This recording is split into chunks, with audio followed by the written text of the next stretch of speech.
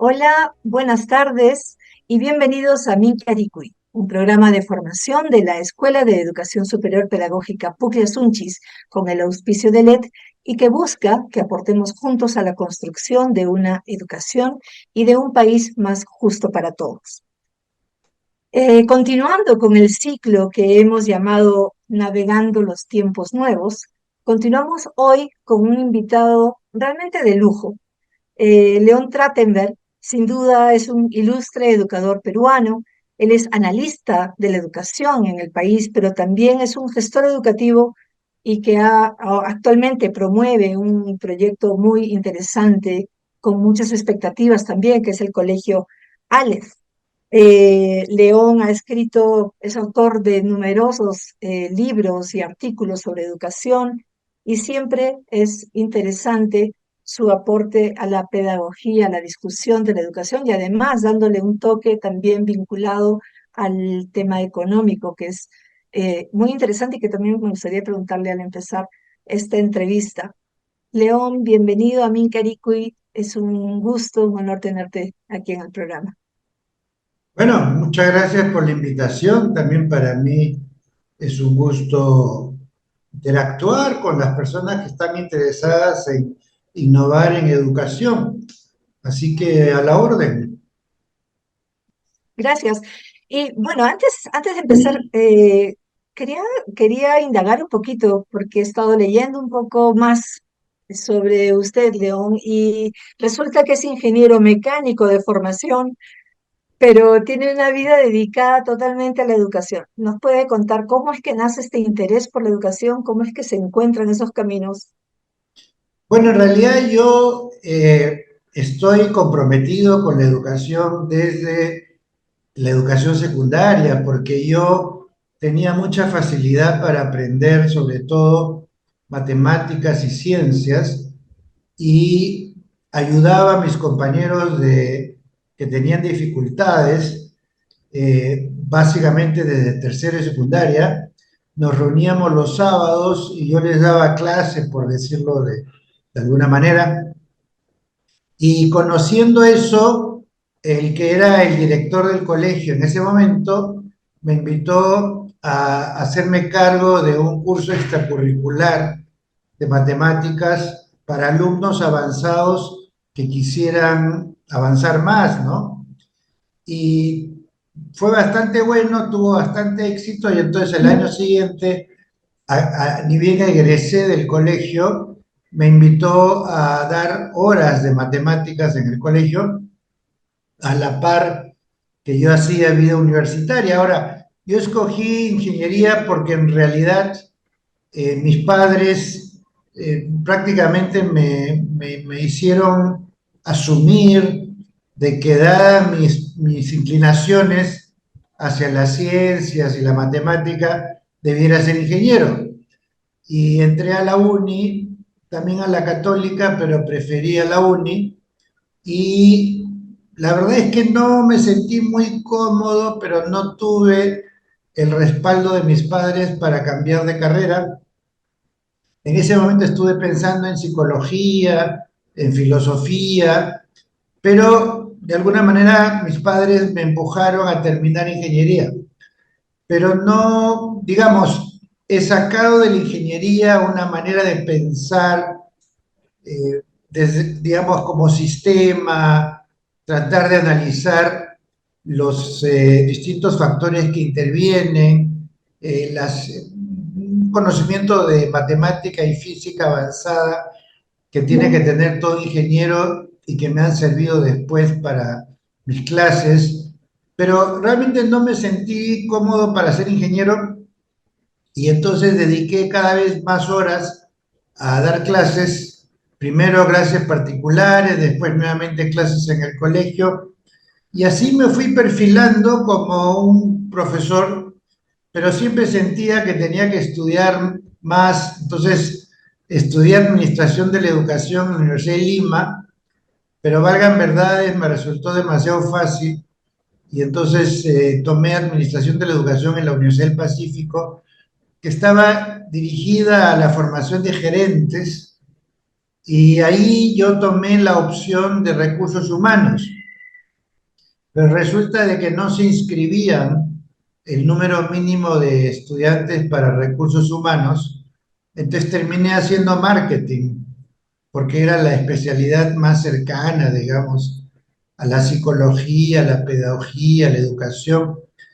Y una vez que concluí eso, en el colegio León Pinelo me querían ya contratar como director, pero si yo iba a dirigir un colegio judío, un colegio vinculado a Israel, lo menos que necesitaría sería una estadía en Israel durante un tiempo y si es posible para estudiar. Y obtuve una beca para hacer una maestría en educación en Israel. Y entonces ahí estuve 2 años haciendo la maestría y una vez que regresé al Perú ya me nominaron director de León Pinelo y así fue mi carrera hasta el 2008 que terminé en el León Pinelo. Me pasé un par de años como asesor, como conferencista, hasta que me encontré con unas personas que querían crear un colegio siguiendo la propuesta de Reggio Emilia, que es muy exitosa en educación inicial, pero que estaba todavía iniciándose para la primaria y la secundaria. Así que nos juntamos, creamos este colegio y con orgullo puedo decir que ya tenemos una primera promoción de egresados que les está yendo muy bien además en la vida universitaria. Qué bien, y mucha suerte también que continúen esos éxitos con el Aleph, el conocido Aleph ahora, ¿no? En muy pocos años se ha consolidado, ¿no? Es un colegio muy reconocido actualmente. Gracias por toda esta pequeña historia, este contexto en su camino por la educación, León. Y bueno, hemos llamado a esta entrevista, le hemos llamado Niños al Mando, una nueva generación. Y compartiendo un poco con usted, le explicaba por qué el nombre y era esta sensación de que de pronto los niños, los adolescentes, los hijos son los que no solamente dirigen un poco la ruta de la familia en cuanto a la educación, sino también eh, su palabra, que sí debe ser tomada en cuenta sin lugar a duda, está siempre por encima de cualquier otra respuesta, de cualquier otra perspectiva desde la escuela o desde el maestro, ¿no? El niño es como el cliente que siempre tiene la razón y eso es un pequeño cambio. Entonces, por ahí va la idea de esta entrevista y mi primera pregunta es, ¿cómo observa las dinámicas actuales, familia, niño, escuela, ¿no? Este trinomio, digamos. ¿En qué ha cambiado esta relación en comparación a hace 10 años? Bueno, con el riesgo de que cualquier generalización, digamos, es muy limitada, ¿no es cierto?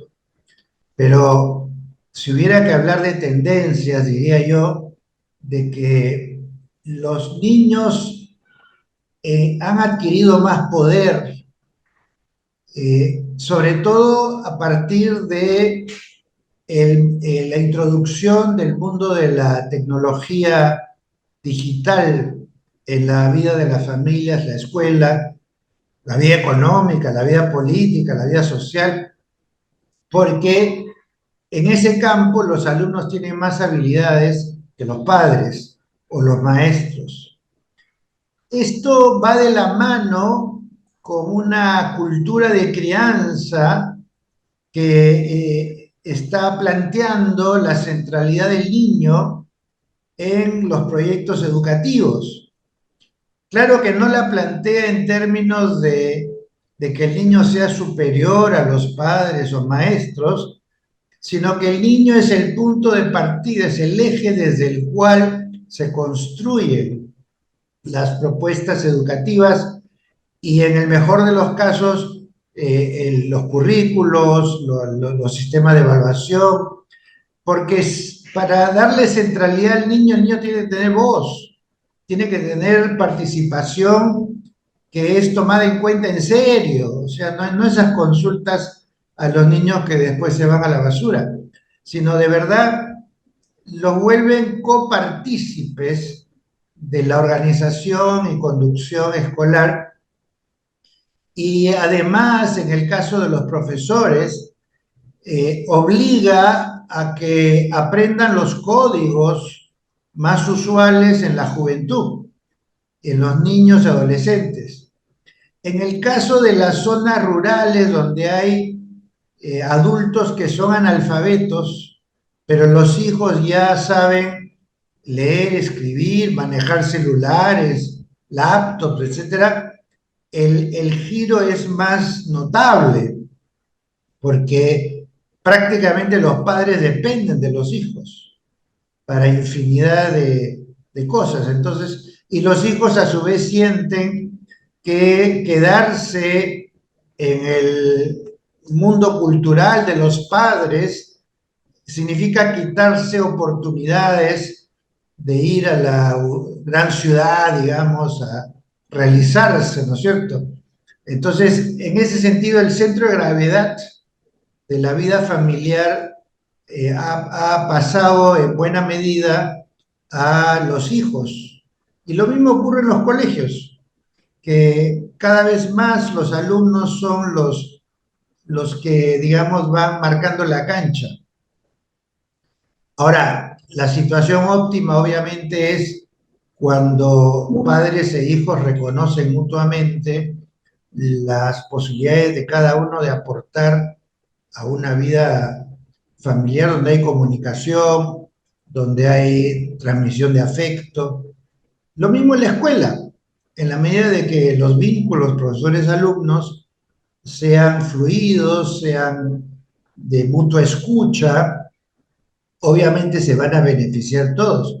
Lamentablemente no siempre es así, por eso es que hay que trabajar con lo que llamamos las familias disfuncionales y también los colegios disfuncionales, porque finalmente si el propósito de un colegio es que los alumnos aprendan y el resultado de la vida escolar es que no aprenden, hay una disfunción de la escuela, ¿no es cierto?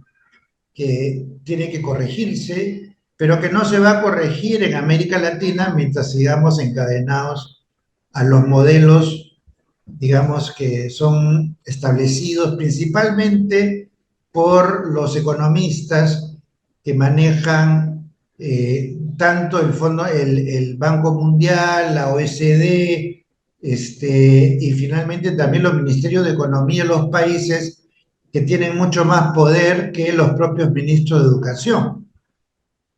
Entonces hay ahí digamos, los indicadores educativos en realidad no son educativos, son indicadores económicos, o que los economistas necesitan, vamos a decir, para desarrollar sus propuestas. Y yo creo que hay que darle la independencia a la pedagogía, es decir, la pedagogía como aquella actividad que es capaz de organizar la vida escolar de tal manera que realmente sea inclusiva y beneficie a los alumnos y dé facilidades a los maestros para poder trabajar. Mientras haya la presión externa de las pruebas PISA, las pruebas censales, los indicadores que exige el Ministerio de Economía y demás, va a ser bien difícil que haya un cambio en la educación en América Latina. Todos los países, cuando uno sube un avión y agarra un periódico de otro país y lo lee, le parecería que está hablando del Perú. Es decir, a mí me ha pasado varias veces de leer periódicos de Chile, de Argentina, de México, y cuando los leo en las columnas sobre educación, dicen exactamente lo mismo que se diría en el Perú. Quiere decirte que hay una especie de corte a la medida de América Latina que han hecho los prestamistas principales y se ha quedado así, se ha quedado congelado en el tiempo, a tal punto que aún países que no necesitan de la asesoría económica o técnica ni de la OECD ni del Banco Mundial, todavía están, digamos, bajo la sombra de sus paradigmas. Entonces, yo creo que nuestra obligación como educadores responsables es rebelarnos frente a eso, eh, disrumpir. Y una de las formas, obviamente, es reclamar la autonomía escolar, ¿no? ¿Mm?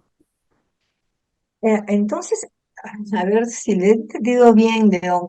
Usted propone revelarnos, salirnos de estos patrones que vienen desde fuera, incluso, bueno, hablando del Banco Mundial, de UNICEF, me parece que también, ¿no? Es salirnos de esa ruta. Ya no examen, prueba de PISA, ¿no? Estas pruebas anuales que responden a otros principios, no principios, pero sí intereses también, ¿no? Otros contextos. Sí, eso nos propone León. Bueno, sí, claro, yo creo que el Perú debería ser un gran espacio de innovación educativa y entregarle autonomía a los colegios para que generen sus propias propuestas en función de su realidad concreta, específica, que no puede ser conocida ni reconocida por el Ministerio de Educación, porque estamos hablando de más de 100.000 colegios. Y cada colegio debiera ser una unidad de innovación en función de su propia realidad, de su propio contexto. No hay ninguna razón para pensar que los maestros que están en el Ministerio de Educación saben más de cada colegio específico que los propios maestros que están ahí, con sus directores, con sus padres, con sus alumnos, y que el Ministerio de Educación no conoce, pero que cada colegio sí conoce. Y en ese sentido yo creo que la autonomía escolar es una obligación si queremos de verdad innovar en educación. Y así aprenderemos unos de otros porque cada colegio va a gestar su propuesta y vamos a aprender unos de otros y vamos a poder encontrar infinidad de planteamientos novedosos que son producto de la creatividad de los docentes peruanos y no de ¿cómo llamarle? La parálisis del Ministerio de Educación en cuanto a innovación educativa. Y yo creería que esa es la fórmula. Y creo que no tiene ningún sentido aspirar a un currículo nacional que regula, digamos, casi el 100% los quehaceres de alumnos, profesores y directores.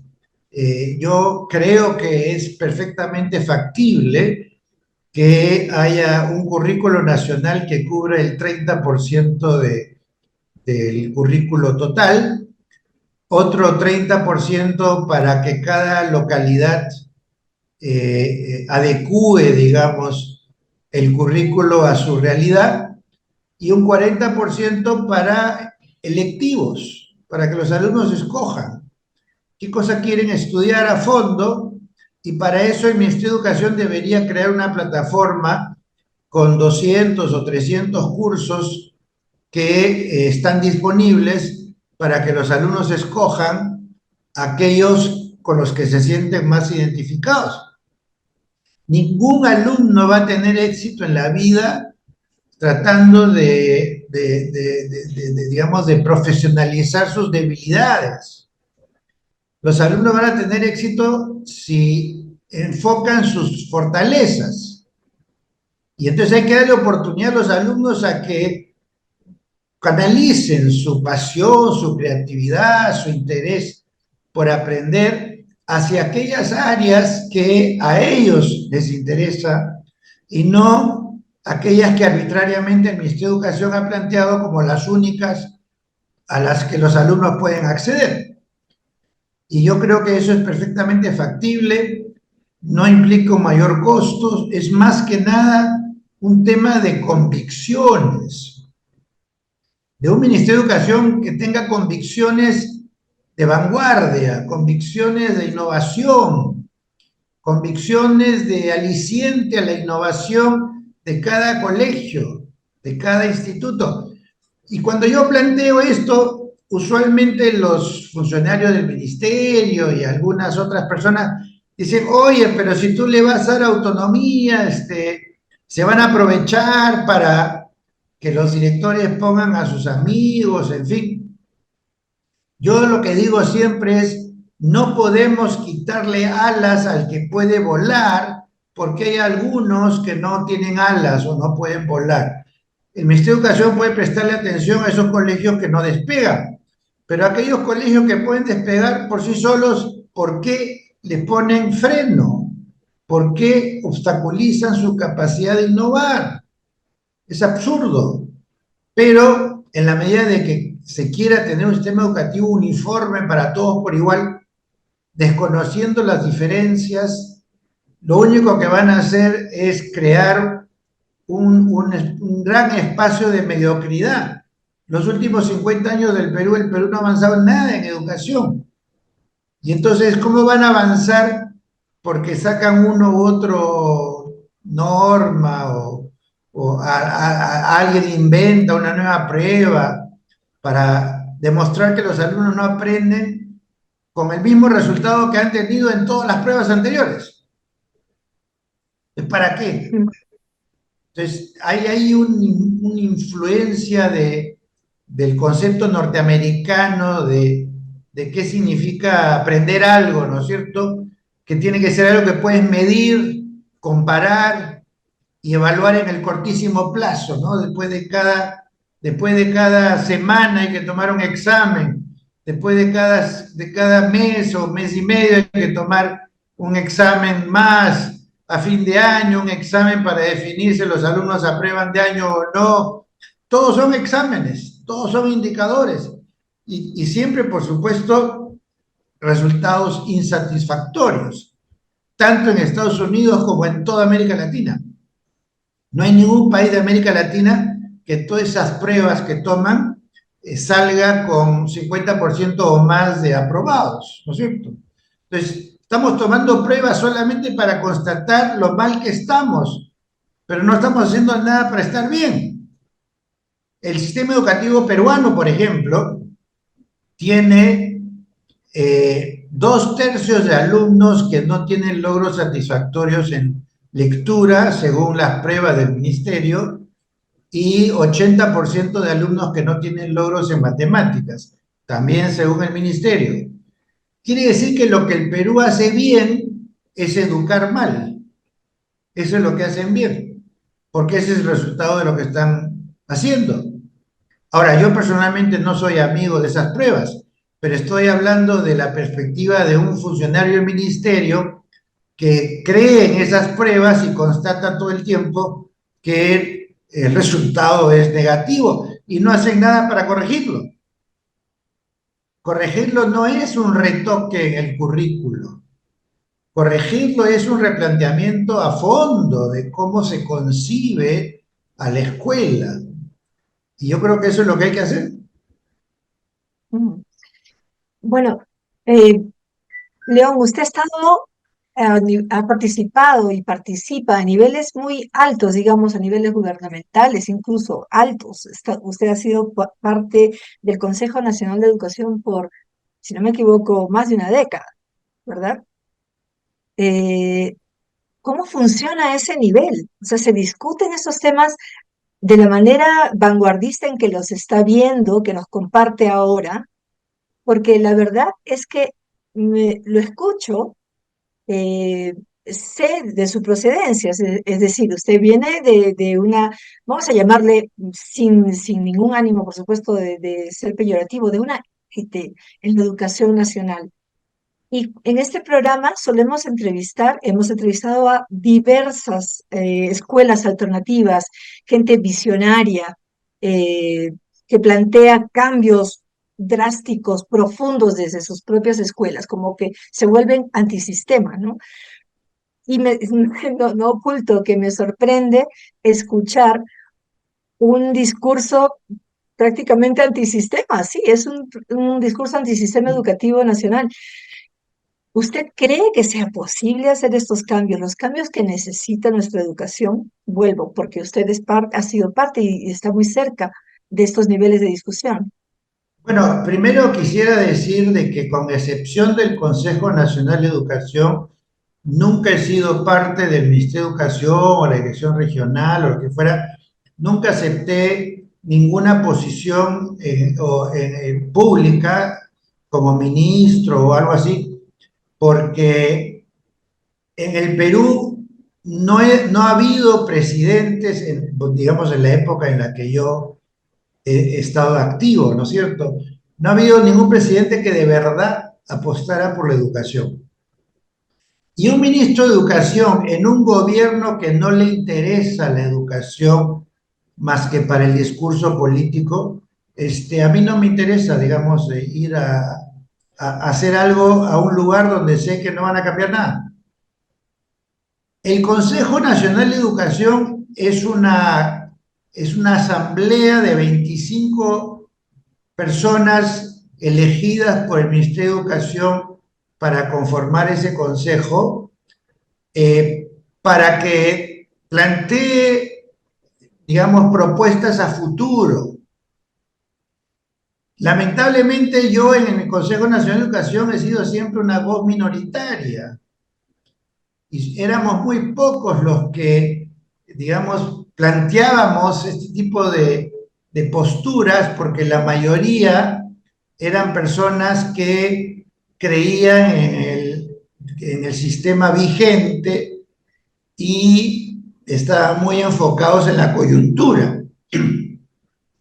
Yo he, yo he conducido en varias oportunidades subgrupos de trabajo para hablar del futuro y plantear cosas para futuro, pero como el Consejo Nacional de Educación, digamos, hacía encuestas y planteamientos, eh, digamos, que tomen en cuenta lo que el Ministerio de Educación propone en las coyunturas, no había mucho espacio para ser disruptivos y para ser vanguardistas. Y entonces yo traté de dar la pelea desde adentro, al final me sacaron porque no era cómodo para los grupos de interés que estaban ahí entre el Ministerio de Educación y el Consejo, y desde hace un par de años ya no estoy en el Consejo. No lamento mi paso por el Consejo porque conocí gente interesante, gente buena, hubo la oportunidad de confrontar ideas, de manera que no lamento mi paso por el Consejo, aunque sí siento una cierta frustración porque muchas de las iniciativas que yo llevaba no eran acogidas y porque lo que veo actualmente es una continuidad del Consejo Nacional de Educación en el estilo que tenía, digamos, en los consejos anteriores. Así que, digamos, no hay que esperar demasiado del Consejo Nacional de Educación cuando el Ministerio de Educación no le quiere hacer caso y finalmente hace lo que le da la gana, ¿no es cierto? Entonces, el Consejo Nacional de Educación hace propuestas con la esperanza de que sean escuchadas por la comunidad toda. eh, en no pocos casos son iniciativas interesantes, inclusive para situaciones de coyuntura, pero el Ministerio de Educación nunca ha hecho caso al Consejo, o sea, no le interesa en realidad el Consejo Nacional de Educación y no le ha dado el lugar, el rol que debería tener un Consejo Nacional como una entidad que mira el futuro, más que la coyuntura. Y bueno, el Consejo está ahí, así como hay otros consejos a los que otros ministerios tampoco le hacen caso, porque simplemente son entidades que se crean para una cierta misión, pero después no les hacen caso, ¿no? En otros sectores pasa lo mismo. Cuando reúnen expertos, especialistas para asesorar a los ministros, y los ministros no les hacen caso, pero dicen que han consultado. Y bueno, efectivamente consultan, pero no hacen caso. Entonces, es una consulta inocua, ¿no? Por eso es que yo mayormente no acojo tampoco los pedidos que hacen a veces de reuniones, llaman, convocan a especialistas para discutir cosas, pero que al final el ministerio hace lo que le da la gana. Mm, Entonces, no hay mayor incentivo para participar tampoco en esas reuniones. ujú. Y yendo más al lado pedagógico, al aula, estos nuevos niños, estos adolescentes de este tiempo, ahorita, con estas características de empoderamiento y qué sé yo, ¿qué maestros necesitan? ¿Qué maestros tienen que tener? Cuando uno le pregunta a los egresados del colegio a qué maestros recuerdan, todos sin excepción mencionan a maestros con los que tuvieron un vínculo personal. Es decir, maestros que sentían a sus alumnos, no voy a decir como sus hijos, sino como seres queridos, que se interesaban por ellos, se preocupaban por ellos, conversaban con ellos, escuchaban lo que ellos tenían para plantear. Es decir, aquellos maestros que realmente establecieron un vínculo tanto docente como afectivo con sus alumnos. Y eso que ha sido válido a lo largo de la historia, también es válido hoy. Y yo creo que si un maestro establece un buen vínculo con los alumnos, tiene ganada, digamos, una parte de su labor. Tiene ese compromiso de los alumnos para con él y lo que él enseña. Y en ese sentido me parece fundamental un maestro que tiene como meta tener un vínculo constructivo con sus alumnos. Hoy en día, además, es fundamental conocer algo de la ciencia de la computación, ¿no es cierto? De informática, eso es casi imprescindible, ¿no? Y también un maestro que sea respetuoso de la mente de los chicos en el sentido de reconocer que no hay verdades únicas y que para cada tema, inclusive si es polémico, hay por lo menos dos puntos de vista distintos, si no más. Por ejemplo, ahorita lo que está pasando entre Ucrania y Rusia, están los que están del lado de uno y del otro lado. Lo que está pasando entre Israel y Hamas, los que apoyan a uno, los que apoyan al otro. Es decir, un alumno libre pensador es un alumno que es capaz de consultar distintas fuentes, especialmente contrarias una con otra, para que así con pensamiento crítico él forme su propia opinión. Y entonces esos maestros eh, que abren juego en lugar de cerrarlo, me parece que son imprescindibles, sobre todo hoy en día, donde hay esta vocación por el extremismo, que quiere decir que si tú no piensas como yo, entonces tengo que eliminarte, tengo que excluirte, tengo que considerarte un inútil o un incompetente, porque no estás pensando igual que yo. Eso. León, te agradecemos muchísimo este tiempo que nos has dado, tu voluntad de estar en Mincaricui. Muchísimas gracias por todo lo que has compartido con nosotros. Bueno, que les vaya muy bien. Hasta luego. Muchas gracias. Y bien, llegamos al final de este Mincaricui, recordándoles siempre que cada uno de nuestros programas es luego convertido en un resumen radial de 10 minutos que es transmitido por Radio Inti Raymi, justamente para aquellas personas que tienen poco acceso al Internet o que no tienen todo el tiempo para ver la entrevista completa. También recordarles que todos nuestros programas son luego colgados en nuestro canal de YouTube bajo el nombre de la EESP Puglia Sunchis. Ahí pueden encontrar todas las entrevistas de las 7 temporadas que tenemos ya al aire. Y el próximo jueves a las 6:30 tendremos como invitada a Eutropía Delgado. Ella es una educadora de la Asociación Calpa y vamos a conversar con ella bajo la pregunta: ¿tenemos realmente una educación menos discriminadora? Bueno, nos vemos el próximo jueves, 6:30. Gracias por acompañarnos. Chao.